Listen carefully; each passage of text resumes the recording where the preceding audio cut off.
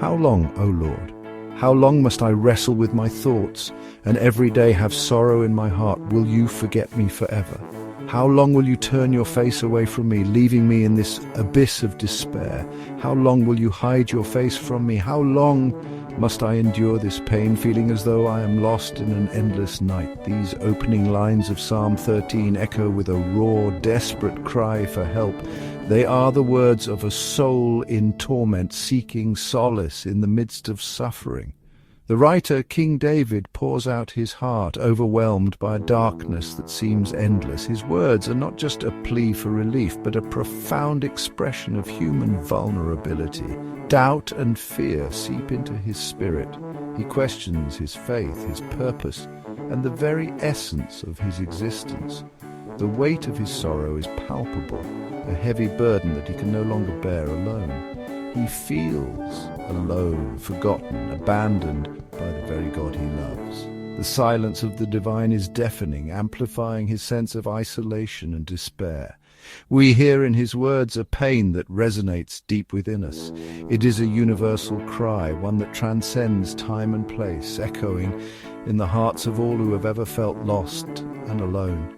David's cry is a mirror, reflecting the struggles of our own hearts. His anguish is our anguish, his doubts our doubts. In his plea we find a voice for our own silent suffering. We've all been there, in that valley of despair, questioning, hurting, and longing for the light. Yet in the midst of this darkness, there is a glimmer of hope. David's cry is not just one of despair, but also of faith. A belief that even in the darkest times there is a light that can guide us through. Life is a tapestry woven with both joy and sorrow. We celebrate victories, embrace love, and revel in moments of pure bliss. Yet inevitably we also encounter seasons of pain, loss, and uncertainty. It is in these dark times that we, like David, cry out, "How long, O Lord?" We feel lost, our compass seemingly broken, unsure of which path to take. Our carefully constructed plans crumble, and we are left grappling with fear and doubt. David's words are not blasphemous, they are honest. In the Psalms, we see a man who is unafraid to lay bare his soul before God. He does not shy away from expressing his deepest fears and anxieties. Instead, he brings them to the forefront, offering them up in a raw and unfiltered dialogue with the divine. This is not an act of irreverence, but one of profound faith. It takes courage to be this vulnerable, to admit that we do not have all the answers, and to seek solace in a higher power.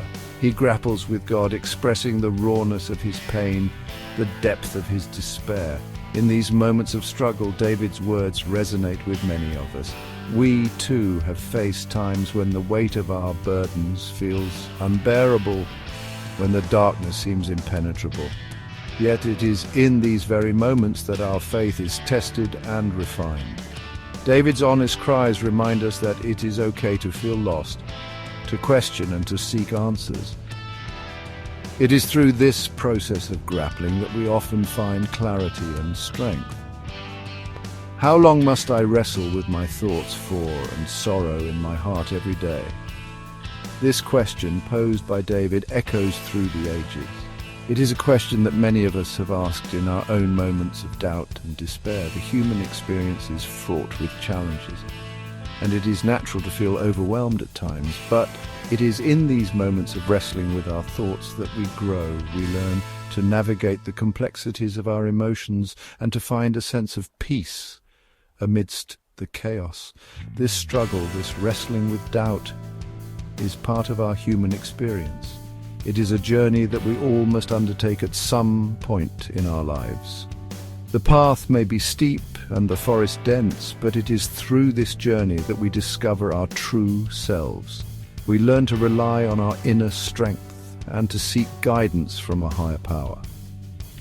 The struggle is not a sign of weakness, but a testament to our resilience and our unwavering faith. Faith is not the absence of doubt, it is trusting God even in the midst of it. True faith acknowledges the presence of doubt and chooses to trust anyway. It is a conscious decision to believe in something greater than ourselves, even when we cannot see the full picture. This kind of faith requires a deep sense of trust and a willingness to surrender our fears and uncertainties to a higher power. It is in this act of surrender that we find peace and solace. David teaches us that it's okay to voice our fears, to question, to seek God's face, even when we can't see his hand.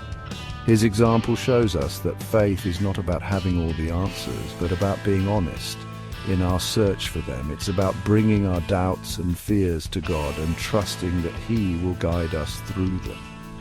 This kind of faith is not passive, but active. It requires us to engage with our doubts and to seek answers with an open heart and mind. It is in our vulnerability, in our honest cries for help, that we find true connection with the divine.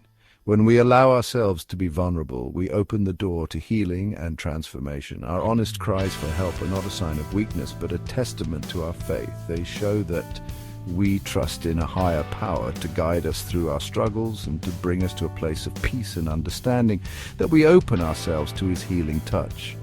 It is in these moments of vulnerability that we experience the true power of faith. We learn that it is okay to have doubts and to seek answers. We discover that our struggles are not a sign of weakness, but a part of our journey towards spiritual growth. And in the end, we find that it is through our honest cries for help that we open ourselves to the healing touch of the divine. Even shrouded in darkness, David clings to one unshakable truth: God's love. In the midst of life's most turbulent storms, when the waves of doubt and fear crash relentlessly against the shores of his soul, David finds solace in this divine assurance. It's not just a fleeting comfort, but a steadfast anchor that holds him firm. The world around him may be in chaos, but within, he finds a peace that surpasses all understanding. This peace is not born of ignorance or denial, but of a profound trust in the divine promise that God's love is eternal and unchanging. But I trust in your unfailing love. My heart rejoices in your salvation. These words are more than a declaration, they are a lifeline. In moments of despair, when the night seems endless and the dawn far away, this trust becomes a beacon of hope. It's a reminder that no matter how dark the night, the sun will rise again. The heart that rejoices in salvation is one that has seen the light of God's love pierce through the darkest clouds. It is a heart that knows that salvation is not just a distant promise, but a present reality, a gift that brings joy even in the midst of sorrow. This declaration is not a naive denial of his pain, but a powerful affirmation of his faith. It acknowledges the reality of suffering while simultaneously proclaiming the greater reality of God's love. The tears that fall are not a sign of weakness, but of a heart that feels deeply and loves deeply. They are the tears of someone who walks through the valley of the shadow of death, yet fears no evil because they know they are not alone. The light breaking through the trees symbolizes the hope that guides them, the divine presence that walks with them every step of the way. He chooses to anchor his soul in the unwavering love of God, a love that transcends circumstances, a love that never fails. This anchor is not just a metaphor, but a reality that holds him steady. It is a love that is stronger than the fiercest storm, more enduring than the hardest rock. It is a love that has been tested and proven true, a love that has withstood the test of time and the trials of life. This anchor is what keeps him grounded, what gives him the strength to face each new day with courage and hope. This is the hope we cling to, the truth that sustains us when the storms of life rage around us. Like a lighthouse that stands firm against the battering waves, this hope shines brightly, guiding us safely to shore. It is a hope that does not waver, a truth that does not change. It is the assurance that no matter how fierce the storm, we are not alone. We have a refuge, a safe harbor where we can find rest and peace. This hope is what gives us the strength to hold on, to keep going even when the winds of adversity blow strong. God's love is our anchor, our refuge, our safe harbor in the midst of uncertainty. It is the shelter we seek when the storms of life threaten to overwhelm us. It is the quiet bay where we can anchor our souls and find rest. It is the large tree under which we can find shelter from the rain. In God's love we find the strength to face each new day, the courage to weather each new storm, and the peace that comes from knowing we are held in the arms of a love that will never let us go. Surrendering our fears and anxieties to God does not mean ignoring them. It is acknowledging our human frailty and placing our trust in a power greater than ourselves. When we surrender, we allow God to work in and through us, to replace our fear with His peace, our doubt with His strength. In that space of surrender, we find a strength that surpasses our own, a resilience that carries us through the darkest nights. Throughout history, countless souls have found solace and strength in their faith. Consider the unwavering faith of Abraham, who trusted God's promise even when it seemed impossible. Remember the courage of Esther, who risked everything to save her people, her faith in God, her shield and her guide. These stories, whispered across centuries, remind us that we are not alone in our struggles. They are beacons of hope, reminding us that even in the face of adversity, faith can move mountains. David's psalm, which began in despair, ends in a triumphant declaration of praise. I will sing to the Lord, for He has been good to me. He emerges from the darkness, his spirit renewed, his heart overflowing with gratitude.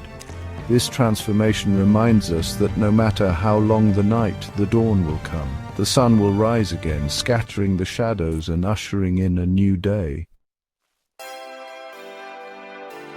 The journey from despair to hope is not always easy.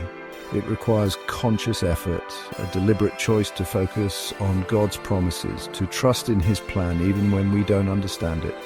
But as we choose faith over fear, hope over despair, we open ourselves to the joy and peace that comes from knowing we are never alone. Psalm 13 is a testament to the transformative power of faith. It is a journey from the depths of despair to the heights of hope, a powerful reminder that even in our darkest hours, God is near. He hears our cries, sees our pain, and longs to draw us close, to wrap us in His love and guide us through the valley of shadows. Let Psalm 13 be a song of hope for your weary soul. When darkness surrounds you, when doubts cloud your mind, and fear threatens to overwhelm you, remember David's cry. Pour out your heart to God, lay your burdens at His feet, and trust in His unfailing love. For in His presence there is fullness of joy, and in His right hand are pleasures forevermore.